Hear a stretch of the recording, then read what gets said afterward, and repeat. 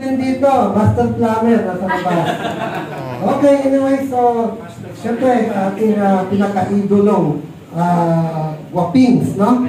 Ako yung talagang kapanahunan ko, si Sergio Mapa. Idol ko, kaya sabi ko, dalawa ng artista ngayon dito. Okay?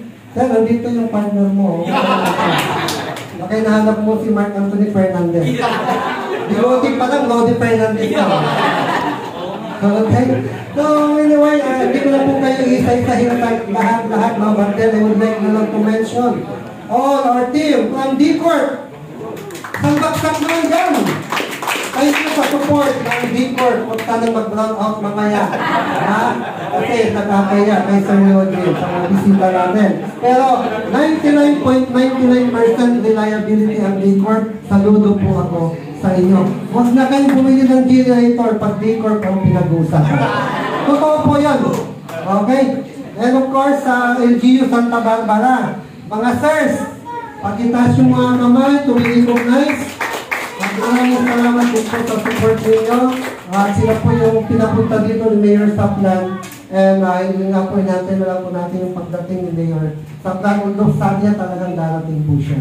And from the team, IIE, of course, ay yung host dyan. Huwag nila yung intense, sabihin ko pa isa-isa. Yung mga taga nandito sa Lehet, Barangay Lehet, which, kung may man tayo dito, surplus, kasi yung pinaka-purpose nito is for community, kaya for a cause siya.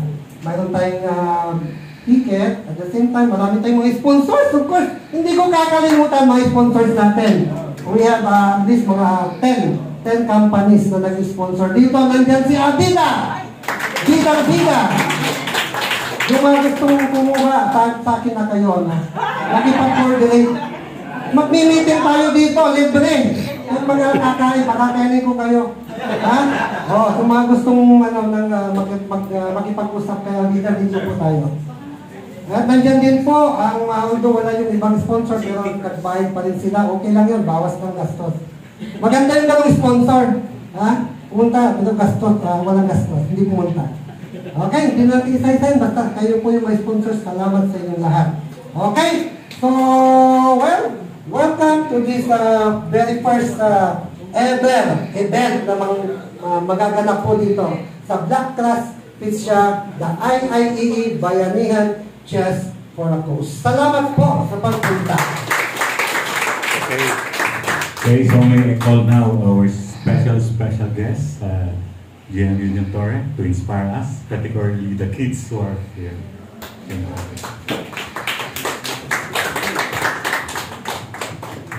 Good afternoon, mga chess lovers.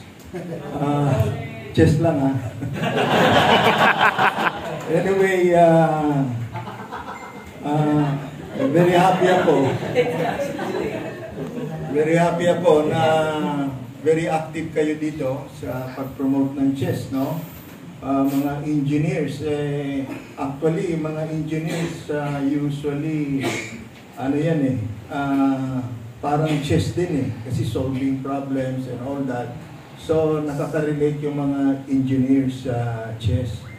Even during that time sa Mapua ako, talagang yung chess dun sa Mapua. Di ba Mapua, sir?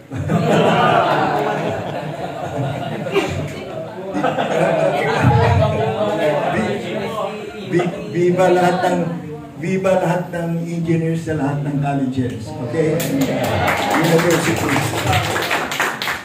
And doon ako nag-aral, pero ang kinuha ko roon, business admin, mayroon pa noon sa Mapua. Kasi mahirap nga i-combine ang chess with engineering.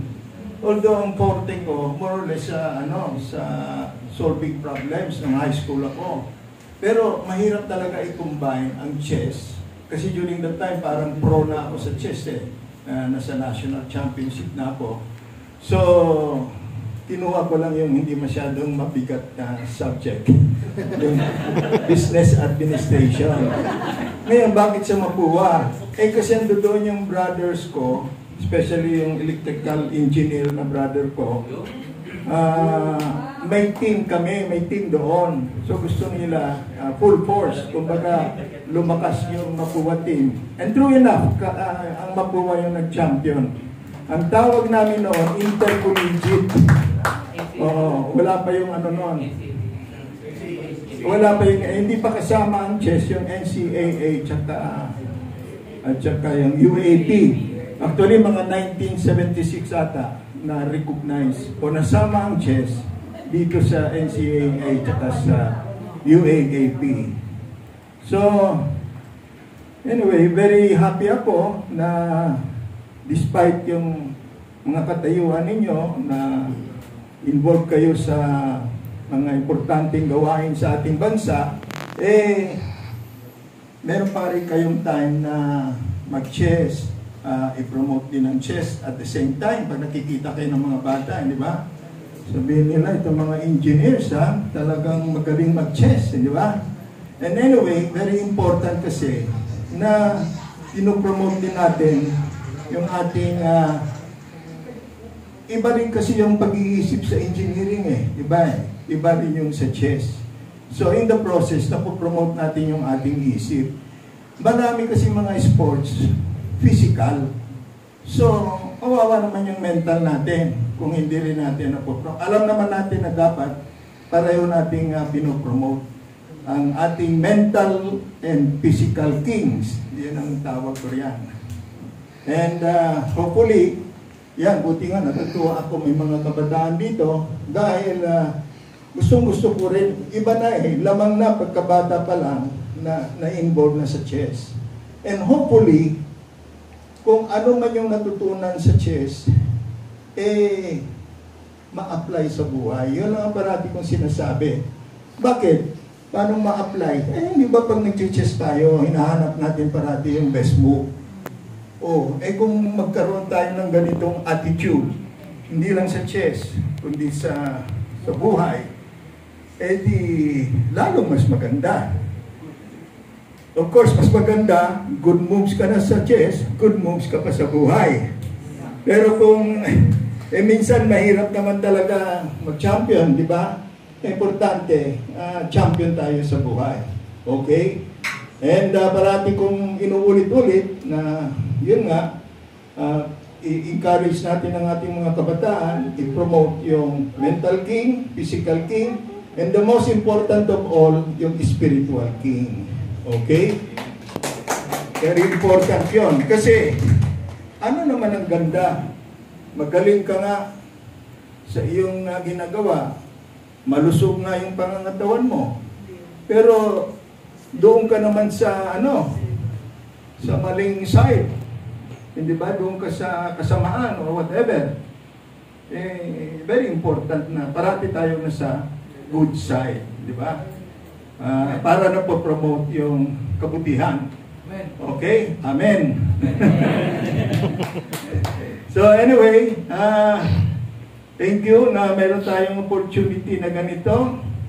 Sa ganitong pagtitipon, wala namang lahat tayo rito panalo. Maski manalo ako sa inyo, matalo ako. Importante, panalo na tayo. Bakit? We are involved in something very positive. And hopefully, natutuwa nga ako yung mga bata, yan, nandiyan sila.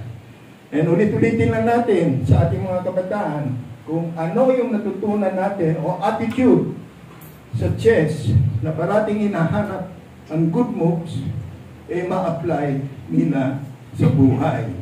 Pag tinanong ng bata, ano ba yon mga good moves? Hindi sabihin ninyo, ano ba yung mga bad moves? Yung sigarilyo, drugs, lalo na yung drugs, patay kang bata ka. Yung mga cheating. So, baka kasi pag nag-chess sila, at masabi natin, iwasan ninyo yan kasi kung sa chess, pag hindi nyo iniwasan yan, talo. Baka ma-appreciate nila. Kasi minsan pag sinabi mong, huwag kang magsigarilyo kasi masama yan. Parang parang common, parang wala effect. Pero pagka chess player, sabihin mo, bad move yan, baka sakali may effect. Okay? So yun lang, and thank you very much for this opportunity. And Everybody happy. Thank you. Thank you, GM. First. Next, we call naman si Sir Jao to give some message or even plug something. Yes, come on.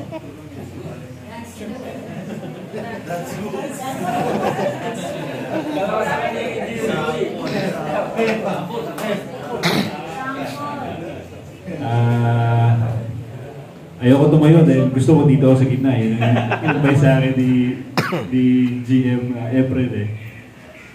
Kidding aside, maraming salamat on behalf of the engineers, sa mga engineers, IIEE, Marlon Bernardino, na nagpakilala sa akin kay Engineer Go. Sa lahat na nandito ngayon sa room, officials, hello sir, thank you very much for having me here in this first event. And of course, sa aking idolo nga naman, si Eugene Torre, who gave inspiring words a while ago. To all the chess players dito ngayon, I'm also a chess fanatic. Not addict, chess fanatic. Gusto mapakinggan pag addict eh. And above all, tama nga naman, nasa Panginoon naman talaga ang mga desisyon natin. We're guided not only in the chessboard, but in life. Yun lang naman po. Thank you. Thank you. So, kay I am Good Bishop, a short message as well. I am Good Bishop ang tawag ko ito. He's really good in playing the white or the bishop. May pag-bishop pa. Naintriga na si Good afternoon. To all the organizers, thank you for inviting. So, yung mga sinabi ni Eugene, susuporta ako. I'm one of the example na pinili ko yung chess. Kasi yun ang nagdala sa akin sa mga good moves. Isa akong notorious student when I was in college. Actually, kinuha ko yung engineering ng 6 years. But because I'm a chess player, tumama yung decision ko. So, thank you very much. Yun lang po. Thank you. I am Good Bishop. Good Bishop, ha? Of course. Ayaw ko makita na may ibang bishop. Alright. So, siyempre, itong event na ito is actually a collaboration between the IAE Chess Master Club and our Bayanihan Chess Club ni Sir Marlon Bernardino. So, whatever proceeds, if ever meron man, no? Kasi we're expecting a lot from Manila, but unfortunately, hindi nagpuntahan yung mga Manila's base natin.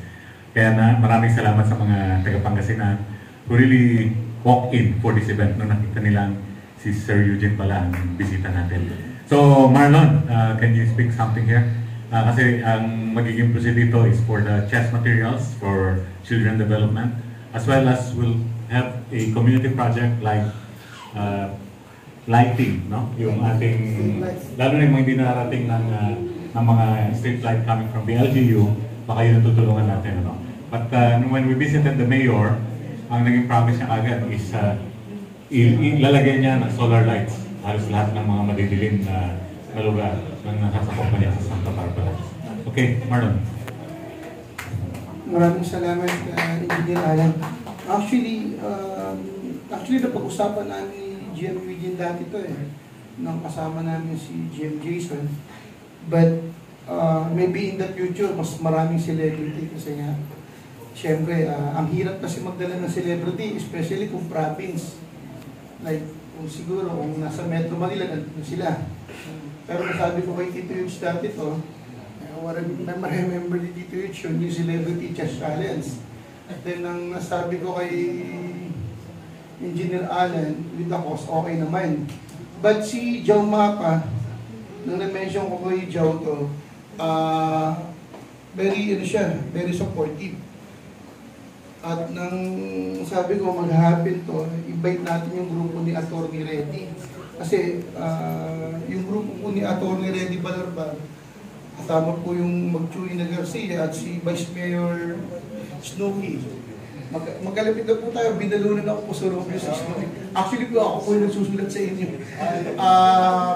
Sila po yung nagpalaro ng tournament sa Dagupan yung grupo nila. Kaya sabi ko, maganda makipag-coordinate tayo. And natutuwa po ako kasi personal po pong namit nakita ko si Vice Mayor, yung mag-amang Garcia na pinagmamalainig ng mag-anak niya, at yung mga IEU dito. At ako naniniwala ako masaya si Tito Eugene kasi may mga bata Tito Eugene. Naniniwala ako yung mga bata dito na posibleng maging, alam niyo ba sa Pangasinan, kung meron tayong Asia's first Grandmaster from Iloilo, Eugene Torre. It so happens si Joe Mapat, taga Iloilo. To be short story, from Pangasinan po, Aliminos, the late I.M. Rodolfo Tan Cardoso. And yung mga bata dito posibleng maging Cardoso in the future. At yung mga senior po, sa pagtatapos po marami sila, wag po tayong aayaw dahil si Balmas Bag po, siya po ang living testament, target niya maging oldest senior grandmaster ng Pilipinas. May dalawang diyan lang. Yun lang, maraming salamat. Okay, thank you. So si Mayor, wala pa naman, no? As mentioned kanina, pag dumating, special message na lang. For now, we'll do the ceremonial moves doon sa good chair na yon. Naka-ready na ba yun? Paki-ready naman. Parang nagamit. Ang gagawin na lang natin to, GM Torre, together with our Vice Mayor, Snowy Salcedo. Doon po tayo sa magandang chair para sa ceremonial move. And then, during the, itong sa simultaneous, pasensya na po, no, kasi we have to limit the people dito para lumamig yung area. At the same time, kasi siyempre nasa COVID time lang tayo. Ano naman, viewable naman siya outside, if you really want to see how our... Pwede din maglaro sila na lang. Oh yeah, so mag-share na lang. Share. Meron time. Hindi naman kailangan all the time yung panunuorin yung mga moves ni GM. Okay, let's witness the ceremonial moves dun sa labas.